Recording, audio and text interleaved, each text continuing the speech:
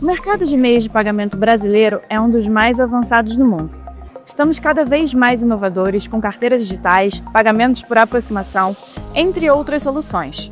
Mas como acompanhar todas essas mudanças, tanto em tecnologia quanto na parte regulatória?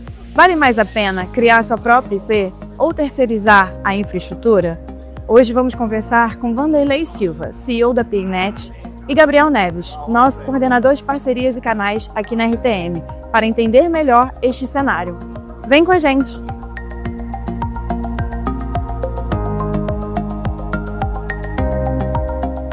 Sejam muito bem-vindos ao RTM Trends, Gabriel, Vanderlei. Para começar o nosso papo, eu queria falar sobre uma dúvida estratégica de quem está querendo entrar nesse mercado de pagamentos, né? Sobre a verticalização dessa tecnologia. O que está valendo a pena, né? Com tanto exigência regulatória nesse mercado e custos operacionais e de infraestrutura. Para uma instituição financeira, né, que quer montar sua própria IP ou credenciadora, né, vale mais a pena ela fazer isso ou ela seguir contratando plataformas de terceiros? Obrigado, prazer estar aqui com vocês. Obrigado, Gabriel.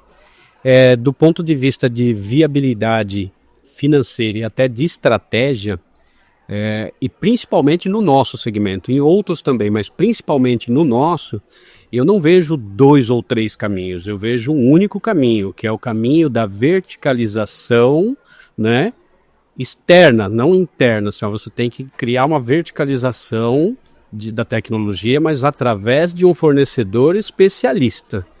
E aí tem gente que fala, mas verticalização não é interna? Eu falo, não, eu chamo de verticalização externa, porque também não é recomendável você trabalhar com muitos players, você criar aquela colcha de retalho. Então você cria uma certa centralização ou verticalização, mas através de um fornecedor que seja especialista do segmento, para não confundir, porque aquele negócio de tecnologia, ele não é necessariamente o negócio core da IP. A IP, ela tem, o core dela é financeiro. Uma SCD, uma IP, uma ESC, algumas outras modalidades, uma estrutura de banco. O core dela é um negócio financeiro, não é a tecnologia. A tecnologia é a parte que sustenta e é muito importante. Você tem que focar a questão regulatória, tem que focar a questão de segurança, escalabilidade, a robustez, né, estabilidade, flexibilidade e tal. Então, para mim, do meu ponto de vista, se eu pudesse sintetizar, para mim, assim, olha, é externo. É externo, é uma espécie de verticalização externo e ter o mínimo interno possível para não ter problema de flexibilidade e segurança. É assim que eu vejo. Eu acho que isso está muito na linha do Embedded Finance, né? Tem muitas empresas aí que estão de outros setores e querem entrar no mundo de payments, de bancarização como um todo.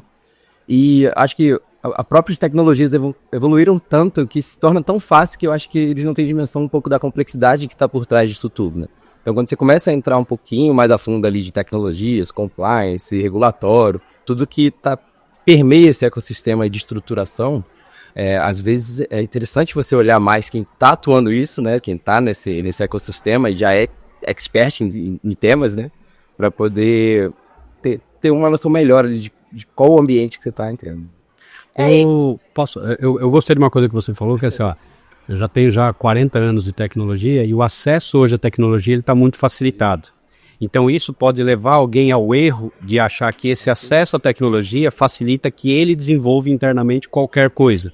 Só que quando a gente fala de sistema num segmento que lida com dinheiro de terceiro, em escala, com alto risco, esse é um erro comum, essa facilidade de acessar tecnologia, achar que sabe fazer algo para aquele segmento, que depende de uma série de coisas. Mas aí falta conhecimento, falta expertise muitas vezes, né? Que faz total diferença para você realmente fazer algo funcionar nesse sentido. Total. Né?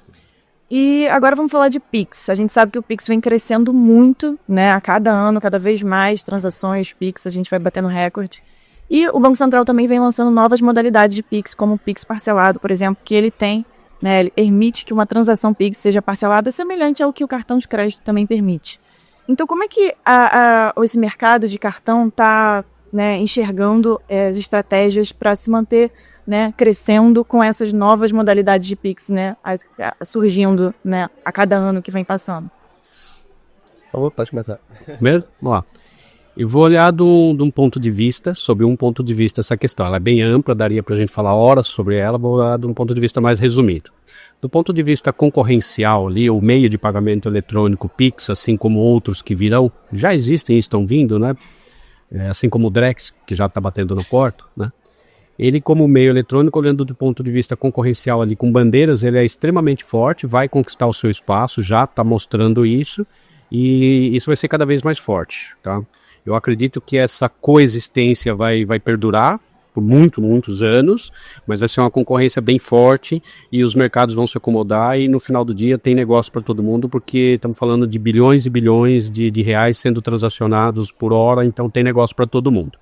Do ponto de vista, e voltando também na questão da tecnologia, é mais um dos motivos para a gente, quando pensar em investimento em tecnologia, tomar muito cuidado, porque são meios eletrônicos de pagamento. Meio eletrônico de pagamento, ele gera um monte de facilidade e tudo, mas se a gente não olhar para escala e segurança, vai falhar. Então, o Pix, assim como o cartão, eles têm que ser muito bem originados. Então, lá na originação do pagamento, na iniciação do pagamento, tem que ser muito bem identificado quem está pagando, quem está recebendo, construindo uma mensageria ali segura, muito bem criptografada, muito bem travada, cuidar de toda a retaguarda para fazer que isso aconteça em segundos, né? E poucos segundos, né? 2, 3 segundos no máximo, né?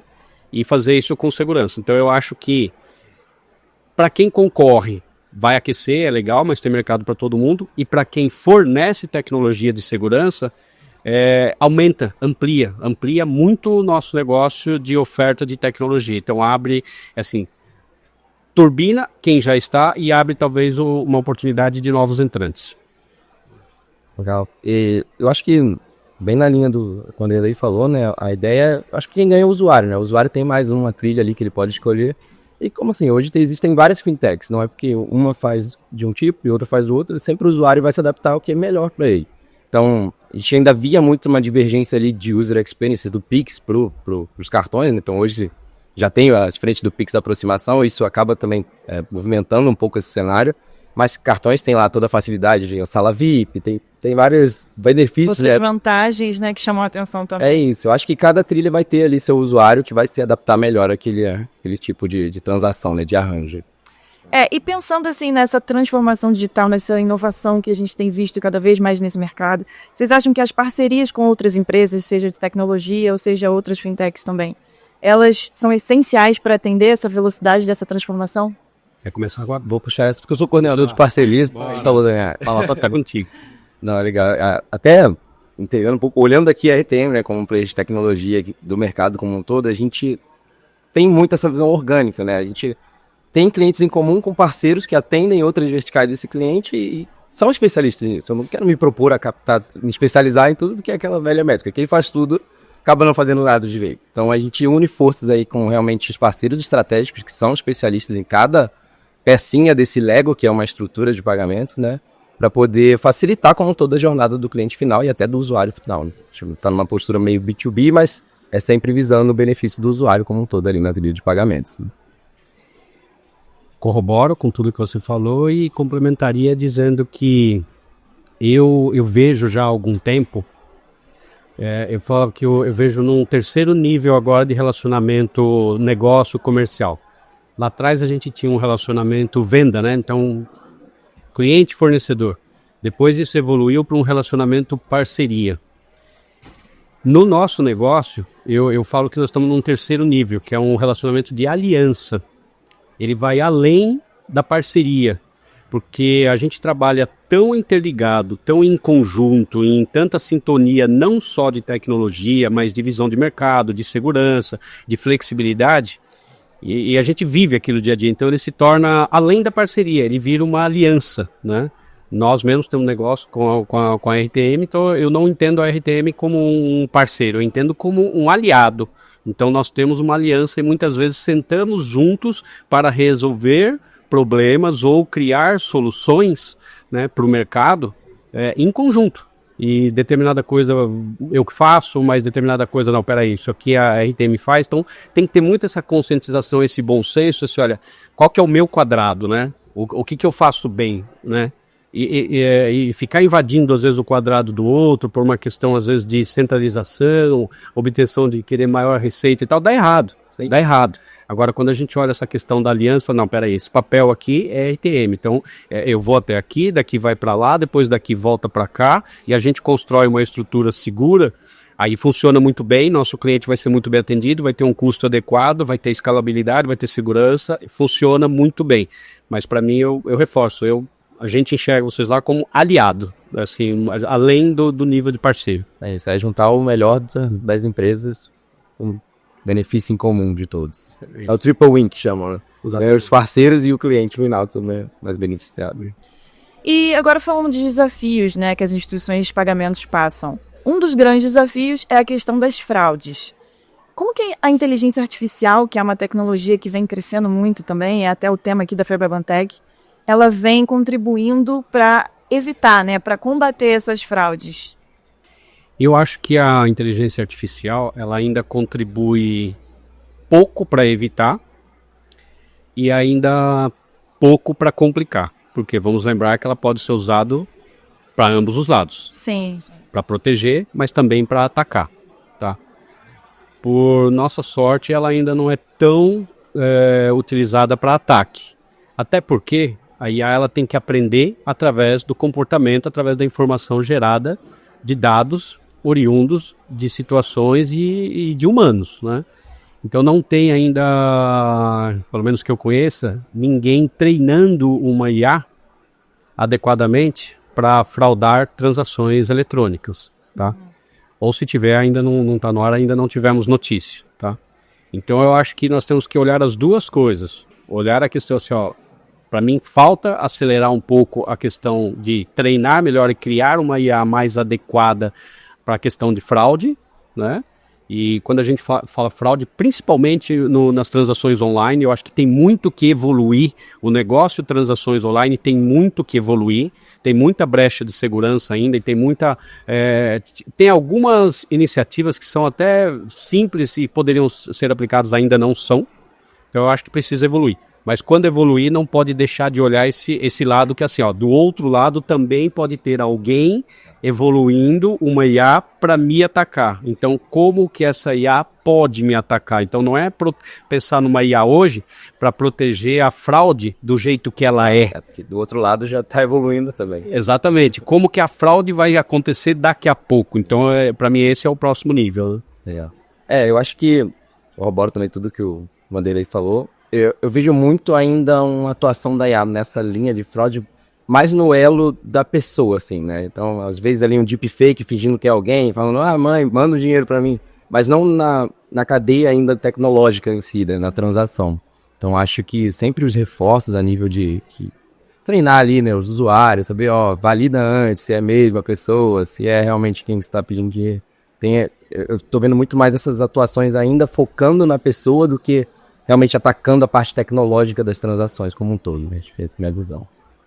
Uma coisa que eu lembrei aqui agora também que a gente não pode deixar de olhar é custo, né? Também. Porque numa transação eletrônica, né, e quando a gente calcula ticket médio, de tudo que tem por trás, poucas pessoas conhecem tudo que tem por trás de uma transação eletrônica, o custo de processamento dele é elevadíssimo, o custo de você manter uma IA no ar, tal, ele é caro. Então também tem esse desafio, né? Assim, como é que eu encaixo o custo, né, em algo que hoje já é bem espremido, né? Então, assim, tem algo que o custo hoje já é bem espremido. Então, pra gente cobrar lá centavinho por transação, Deus nos acuda. Imagina você falar que eu vou aumentar 10, 15% ali por uma questão de custo, às vezes, de IA. Então, assim, tem esse desafio também, assim, o desafio tecnológico, mas o desafio financeiro. A balança de sempre, né? Eu acho que conforme forem aumentando realmente, tendo mais alguns incidentes, né? Acho que aí começa a pesar mais o custo. Realmente a gente tem que investir mais aqui nessa camada de segurança IA aqui. Eu acho que acaba sendo uma tendência, né? Pelo que a gente está vendo, a IA vai acabar crescendo em todos os setores. Então, é algo que a gente vai ver no futuro. Um futuro bem próximo. Bem próximo, exato. Agora, entrando nas questões regulatórias, né? Como é que a regulamentação brasileira ela vem acompanhando essa transformação digital, essa intensa transformação digital do mercado de pagamentos, né? Quais são as tecnologias, né? Porque a gente tem tecnologias disponíveis que ajudam essas instituições a estarem, né, em compliance com essas regulamentações. O tema regulatório é bem dinâmico aqui, digamos assim, né? Ele cria realmente diversas oportunidades, mas também cria as regras ali do jogo. Então, muitos dos produtos RTM, né, até exemplificando, vêm de origem regulatória. Então, a partir de uma liquidação centralizada, a gente vê quais as tecnologias que a gente precisa facilitar para players se preocuparem realmente com o negócio, né, e não terem que investir em times tecnológicos internos para fazer. Aí volta até o nosso primeiro papo, né, que é verticalizar ou não. Mas em si, enfim, né, a parte regulatória ela é uma base que cria esse aparato tecnológico para players facilitarem esse mercado como um todo, né? Eu sou um fã de regulatório, sabe? Eu adoro regulação, desde que ela seja, obviamente, coerente e inteligente. Uma regulação jamais pode inviabilizar o crescimento econômico, pode inviabilizar toda a demanda, né? Toda oferta surge em função de uma demanda, então eu sou um fã do regulatório, mas com essas ressalvas. No nosso segmento, nós podemos dizer que temos 2 pilares de regulação. Tem um pilar que é a regulação Banco Central mesmo, a regulação por força de lei, por força de Estado, né? Mas nós temos muita autorregulação também, através de associação, através de entidade aqui e tal. Então, alguns próprios players do segmento criam suas próprias regras, combinam um jogo ali, criam algumas regulações, né? Então, eu sou afim dos 2, gosto dos 2. No nosso mercado aqui, nós somos bastante maduros com relação a isso, tem evoluído bastante, a própria evolução disso acaba ajudando numa outra questão que é afastar os maus players, tá? Então, é o que eu sempre digo, eu falo assim, olha, eu não quero que o cara entra no meu quintal para depois explodir uma mina e arrebentar o cara lá, sabe? Eu quero que ele não entre, sabe? Então a ideia é não deixar entrar. No nosso segmento é muito ruim quando um player ruim entra e gera um problema, depois da mídia, uma mídia que não necessariamente entende, às vezes, né, solta alguma notícia que não é tão adequada e faz parecer que aquilo é comum e não é. E aí quem está correto acaba pagando também. Aí o holofote vira para quem está correto, né? Exatamente. Então, por isso que eu gosto, que eu acho que tem que mesmo subir e tal, filtra tanto o fornecedor quanto players entrantes, concorrentes, tudo. Então tem que ter regra mesmo. O que me entristece às vezes um pouco, tá? Quando aí falando um pouco de certificações, por exemplo. Também sou um fã de certificações, tá? Lá, tudo que nós temos lá na Paynet, lá certificações, top de linha, tudo sempre renovado, invisto uma grana nisso daí e tal, né? Mas o que me entristece às vezes um pouco é o próprio mercado, às vezes, ele não valorizar certas certificações, ele contratar serviço de empresa que não tem determinadas certificações em detrimento de outra que tem, né? Para mim isso é ruim, porque aí ele vai contra todo esse benefício da regulação, porque certificação para mim está diretamente ligado à regulação. Cumpriu a regra total ali. Exatamente, então é uma chancela ali, né? Porque a regulamentação sem você ter fiscalização, sem você ter penalidade, sem você ter auditoria, sem você ter certificação, ela fica um pouco vazia. Então carece um pouco, falta um pouco disso dessas empresas. Então, porque no final do dia, assim, olha, a maioria dos executivos, todos eles sabem fazer muito bem um discurso de valor. Eu vendo valor, eu compro valor. Discursos lindos, assim, sabe? Tem umas frases lindas, assim, olha, né? Fazer um livro, né? E no dia a dia, ele compra preço. Ele tenta vender valor comprando preço, tá? E aí quando ele compra preço, ele às vezes vai comparar um serviço lá da RTM, por exemplo, com uma colcha de retalho de outros 4, que no final até ia sair mais caro também, sim, né?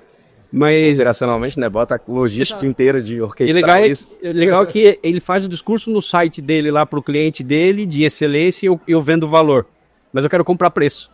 E comprar preço não tem nada a ver com regulação. Regulação tem a ver com valor. Quando a gente tem toda a parte do aparato regulatório, que para mim é firme, eu gosto do que estão fazendo, tem muita coisa que está sendo proativa, algumas reativas, mas está indo bem, e eu quero que regule mesmo, eu sou fã disso daí, porque a gente lida com, eu sempre falo isso, a gente lida com dinheiro de terceiro em altíssima escala. Então não dá para passar batido, não dá para ter regulação.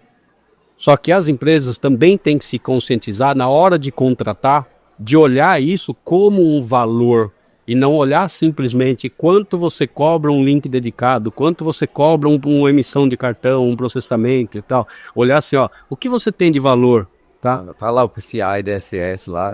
Você já viu no benchmark, às vezes, alguma empresa fazendo uma análise SWOT e ela colocou a parte de certificação regulatória? Eu nunca vi até hoje. Mas é isso. Bom, a gente está chegando ao fim aqui do nosso papo. Queria agradecer muito a participação de vocês, foi ótimo. Obrigado. Mas, antes da gente finalizar, se vocês quiserem deixar agora uma mensagem final para a audiência, fiquem à vontade. Boa. Eu queria agradecer, sempre uma aula ouvir o Vanderlei, né? Já acompanha há tempos aí. E deixar o convite também para conhecer um pouquinho mais da Paynet, da RTM, né? A gente comentou que tinha uma empresa mais de bastidores, assim, está rodando por trás de algumas operações. Então fica o convite de se conhecerem mais a fundo aí tudo que ambas empresas se propõem a fazer e facilitar, né, como um todo as jornadas aí das empresas de pagamento. Eu agradeço, para mim é uma honra ser convidado por vocês, valida todo o trabalho, já são 25 anos, 2 décadas e meia no segmento, né? Então valida, é um reconhecimento, fico muito grato pela oportunidade de compartilhar, de falar as minhas ideias, o que eu penso, nem sempre eu estou certo, mas às vezes eu acerto, né? E reforço e também convido a todos a conhecer um pouco do que a gente entrega, Paynet e RTM, através disso que eu chamei de aliança. Nós somos realmente aliados focados no que é melhor para o mercado. A gente foca realmente em entregar valor, entregar segurança, entregar excelência. E fica o convite também a todos aí para nos conhecer. Ótimo, muito obrigada, Gabriel, Vanderlei. E você que está nos assistindo ou nos ouvindo, espero que tenham gostado desse episódio. Não esquece de deixar o seu like e seu comentário nas nossas redes. E é isso, abraço, até a próxima.